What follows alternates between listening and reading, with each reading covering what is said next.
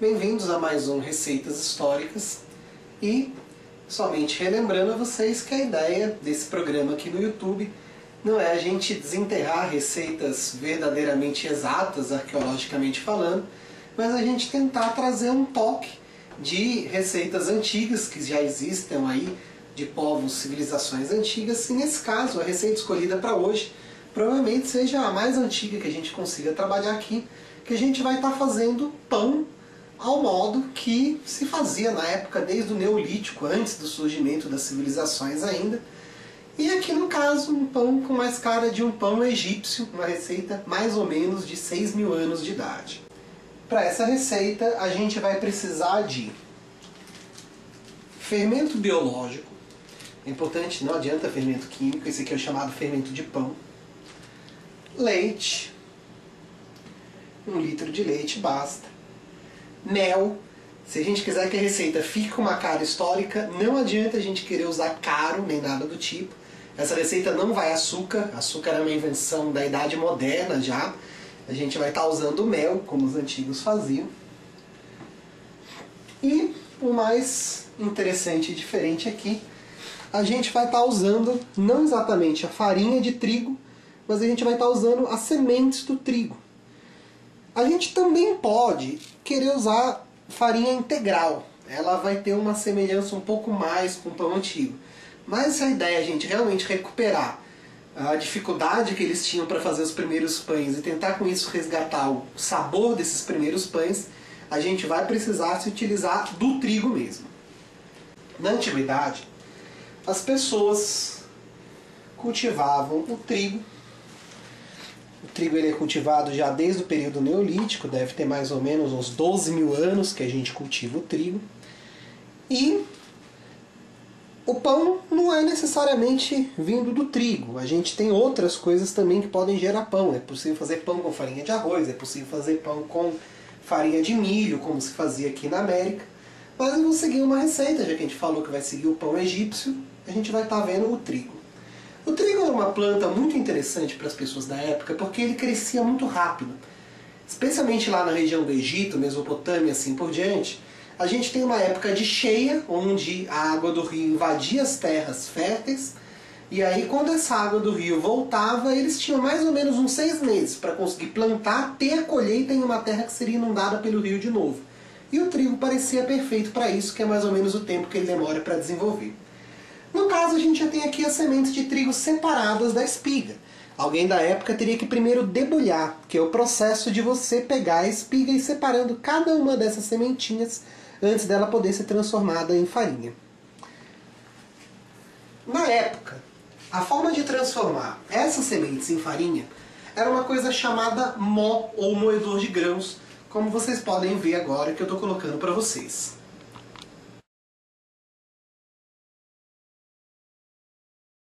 Só que eu não vou ficar aqui usando essa pedra para moer sementinhas, demorando 4, 5 horas do dia para estar fazendo a farinha.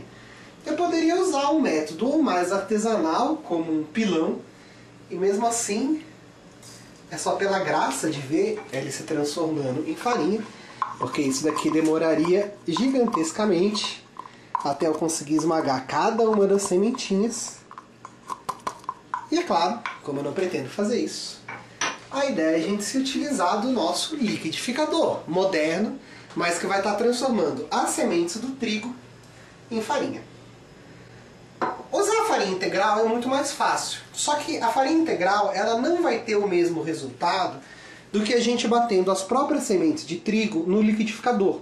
Ela vai ficar uma farinha muito mais, entre aspas, integral do que a farinha que a gente já compra no supermercado, sendo chamada de farinha integral. O processo pode demorar um pouquinho, também é um pouco barulhento, com o barulho de todas as sementes. E dependendo da capacidade do liquidificador, não dá para fazer de uma vez só.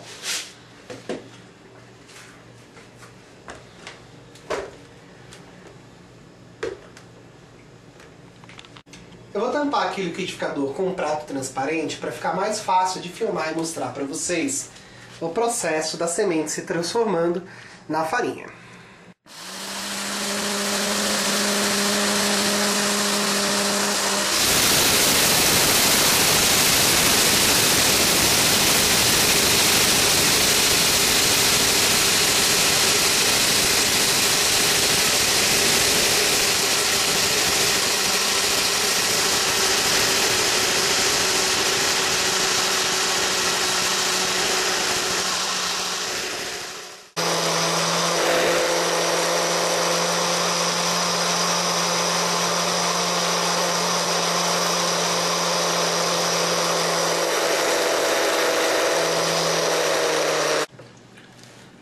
essa farinha aqui que a gente fez, ela vai ficar bem menos fina do que a farinha que a gente está acostumado.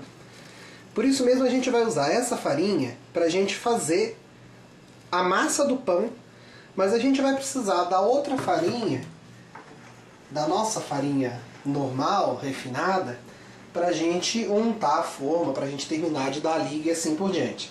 Afinal, vocês não querem ter também aí, a não ser que alguém tenha uma forma de pedra, alguma coisa assim, ou de cerâmica, como era usada na época, para ajudar as nossas formas de ferro normal, de alumínio normal. O melhor é a gente misturar um pouco da outra farinha também. Uma vez que a nossa farinha esteja pronta, a gente agora vai começar a preparar a base do pão, que é a fermentação que vai ser usada nele. Desde muito antigamente, descobriram que existia uma forma de fazer o pão ficar mais fofinho do que o normal. Eu estou colocando aqui o leite. E o segredo para o pão virar pão e não uma massa qualquer é esse fermento. É importante que o leite ele não esteja muito gelado, ele esteja a uma temperatura ambiente. Se tiver um dia mais frio, você pode até esquentar aí um pouquinho no micro-ondas. Imagina aí que Egito, local desértico, a gente tinha uma temperatura que ficava meio grandinha. Estou misturando aqui aquele leite com uma xícara de água. E como eu estava falando, o principal aqui é o fermento biológico. Esse fermento biológico, na verdade, ele é uma massa de um outro pão que já foi feito antes, e essa massa ela é deixada alguns dias para, entre aspas, ela começar a apodrecer. Pode parecer muito estranho, mas é assim que se faz pão até hoje em dia. Existe uma série de organismos unicelulares que a gente chama de leveduras. E essas leveduras elas se multiplicam na massa, elas se alimentam da massa do pão. Só que enquanto elas estão fazendo isso, enquanto elas estão vivendo lá, elas soltam um gás, né? Esses fungos que são a levedura, eles soltam um gás. E esse gás que eles soltam é o que faz justamente o pão crescer. Então se a gente não tem esses, entre aspas, mini bichinhos vivendo na nossa massa de pão, o pão não cresce. Ele vai virar bolacha, biscoito, mas não vai virar pão. Como que fazia então naquela época? Eles pegavam um pedaço da massa do pão que já tinha sido feito, portanto que já tinha essas leveduras de algum pão anterior, e separavam esse pedacinho da massa e deixavam ele para ser usado no dia seguinte ou nos dias seguintes. Durante aquela noite, as leveduras elas iam se multiplicando naquela massa de pão. Normalmente ele era deixado em molho, em água ou em leite. E aí aquilo, com uma quantidade bem grande de leveduras, que faria mal aos seres humanos, comesse elas, era misturado depois de uma nova massa. E aí esse processo sempre se repetia. E é mais ou menos o que a gente está fazendo aqui. Se alguém quiser brincar mais de pão antigo ainda, pode estar separando uma parte da massa que fizer para servir de fermento da massa do outro dia e não precisar então novamente de fermento. Acontece o seguinte, esse leite com o fermento, ele em si não adianta, não é o suficiente. Porque a gente precisa ter alguma coisa bem nutritiva aqui para que essas leveduras elas comam. Elas vão estar numa massa de pão atual, elas comem, entre aspas, o açúcar. Só que não existia açúcar aqui na antiguidade. Então o que a gente vai ter para ocupar o lugar do açúcar é o mel. A gente tem que usar mais ou menos uns 350 gramas, 400 gramas de mel para esse pão. Isso dá um aspecto meio doce à massa, mas mesmo que alguém pense, eu quero fazer um pão salgado, eu não quero que o meu pão fique doce, não adianta evitar e deixar de pôr o açúcar no pão atual, ou o mel, se a gente quiser fazer o pão antigo. Ou se não tiver mel, a gente teria que ter algum outro tipo de substância bem nutritiva para a levedura comer. Senão, poderia ser que o pão não crescesse direito. Acontece assim, a gente agora vai deixar isso daqui crescendo. Antes de fazer a massa e tudo mais, a gente simplesmente vai deixar essa mistura de leite, mel e o fermento, para que as nossas leveduras aqui, entre aspas, acordem, comecem a se alimentar dos nutrientes que a gente colocou. E depois é que a gente vai misturar aqui a farinha para fazer o pão. E aí a gente vê daqui a pouquinho. Para mim vão ser mais ou menos uma meia hora, para vocês vai ser instantâneo. Agora que a meia hora passou, a gente tem aqui já esse formato que demonstra que funcionou, elas cresceram, a gente já tem aqui misturado um gásinho, dá para ver já essas bolinhas, significa que elas já estão ativas, que o fermento já está produzindo aí o que era necessário, então a gente pode misturar agora em tudo isso já a nossa farinha. É interessante, antes da gente começar a misturar, ainda mais para o nosso sabor atual, misturar um pouco de sal. Aí, como as receitas gostam de dizer, eu sempre tenho dificuldade com isso, mas eles falam sal a gosto, né? Então, umas 2 pitadas generosas de sal, depois a gente depende meio de como quiser a massa. Vamos misturar a nossa farinha.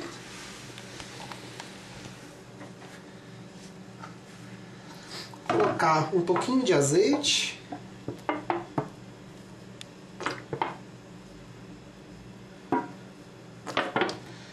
E aí agora a grande coisa é realmente misturar essa farinha até ganhar uma liga.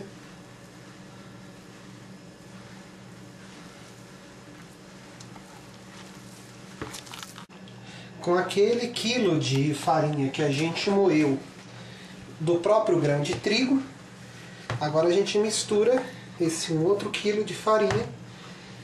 Aqui a gente vai misturando pouco a pouco essa outra farinha até perceber que a massa está dando liga.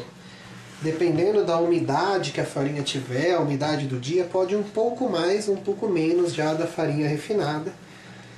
E aí, como eu tinha falado, a gente mistura os 2 tipos de farinha para ficar mais fácil da gente lidar com a massa. Ela ficou uma massa mais pesada que a massa de pão normal, para quem está acostumado a fazer pão, porque a gente tem toda a casca do trigo que é retirada quando a gente tem a farinha branca, a farinha refinada. E mesmo a farinha integral, ela mantém só uma pequena parte das cascas. Então essa massa ela vai ficar uma massa bem mais pesada do que o pão normalmente que a gente está acostumado. É muito importante a gente sovar essa massa bem sovada, que assim, você está aquele dia com raiva, irritado de alguma coisa que aconteceu, e aí você começa a bater na massa. É importante que a massa ela seja bem manuseada, amassada. Começa uma massa mais pesada, então precisa de força mesmo. Descarrega aí a raiva do dia em cima da massa toda. E esse processo de sovar a massa vai até quando o braço aguentar. O ideal é que você passe alguns minutos sovando a massa. Uns 5, 10 minutos, até a massa estar bem amassada e você sentir que enquanto está sovando, ela está desgrudando fácil da mão e ela vai ficando mais fofinha, porque o fermento vai trabalhando, o calor ativa o fermento, então a sua mão mexendo a massa acaba ativando o fermento e ela vai ficando, você aperta ela, o gás vai embora e o fermento continua trabalhando para fazer ela ficar mais fofinha de novo. A gente vai sovar a massa então por uns 5, 10 minutos.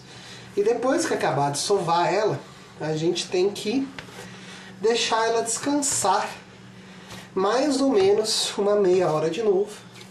E nesse caso é importante que ela descanse em um ambiente que esteja quente. Se tiver um dia frio, é bom acender o forno, deixar ela perto do forno. Tem gente que coloca cobertor em volta da massa. É importante cobrir ela e deixar ela crescendo por um tempo para que ela fique macia. Mais macia, né? Esse pão aqui não fica muito macio, mas para que fique mais macio na hora que a gente colocar ele no forno. Então, meia hora depois, a gente tem aqui a massa já crescida. Depois que a massa está crescida, a gente de novo aperta ela e a gente começa o processo de sovar novamente. Lembrando que é importante que a massa esteja em um local quente para que isso facilite ela estar crescendo. A gente então, se quiser respeitar mesmo o costume dos pães antigos, a gente vai ter nisso tudo aqui só, que foi formado então com mais ou menos os 2 kg de farinha, a gente vai fazer um pãozão só. Só que tem gente que prefere pãozinho menor, gosta da casca, gosta do formato, pãozinho menor é mais rápido de assar também. Então eu vou fazer aqui dos 2 tipos. Se eu quiser fazer pãozinho menor, eu amasso, dou o formato na mão, tento espremer para tirar bastante o gás que já está aqui dentro, para deixar ele assar, ele soltar esse gás enquanto estiver assando. Coloco já numa forma com farinha salpicada. E aí, como ele cresce, quando a gente coloca para assar, é importante deixar certa distância entre um e o outro.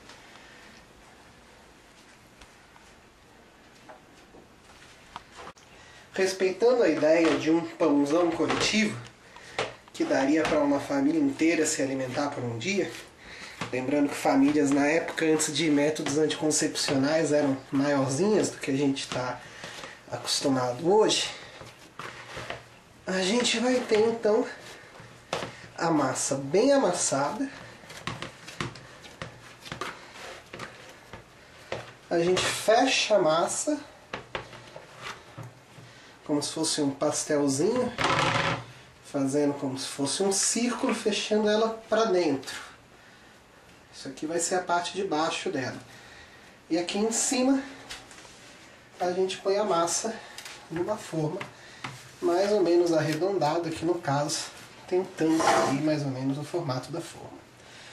Outra coisa importante é a gente fazer alguns cortes nessa massa.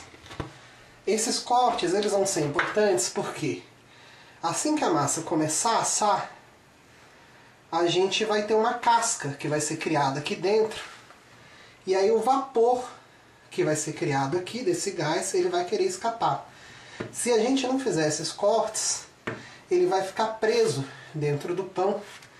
Isso pode fazer com que a casca amoleça, com que o pão ele fique meio grudento, meio molhado por dentro. Mesmo nos pãezinhos pequenos é bom a gente fazer pelo menos um cortezinho. Vocês estão acostumados a ver, pão francês, por exemplo, ele tem um corte no meio. Quando o pão cresce, aquele corte dá uma abridinha e aí o pão ele se separa. A gente coloca no forno já previamente aquecido e o tempo que o pão demora para assar depende do forno, depende das condições do dia, mas aí mais ou menos entre 25 minutos e 35, 40 minutos, dependendo do seu forno.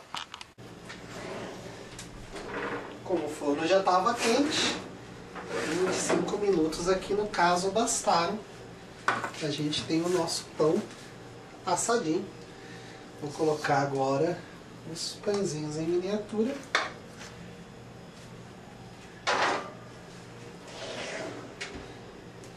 A gente pode ver que o pão cresceu, se vocês lembrarem aqui dos cortes que a gente fez, né?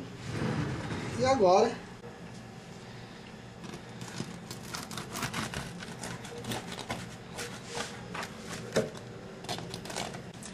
os pãezinhos pequenos estão prontos já, eles precisam de menos tempo no forno e também ficam bem bonitinhos. A gente tem aqui um deles.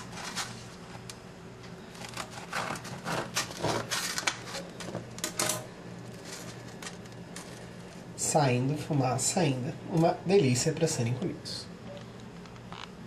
E agora a melhor hora, a hora de experimentar.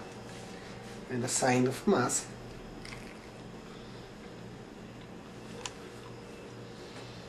Fica levemente adocicado, com um pouco sal. Quem não gostar de pão sem sal, põe um pouco mais na receita. E crocante, por causa dos pedacinhos da farinha de trigo que ele deixa, dando um gosto completamente diferente, direto dos faraós do Egito, agora para vocês aqui, através do nosso programa.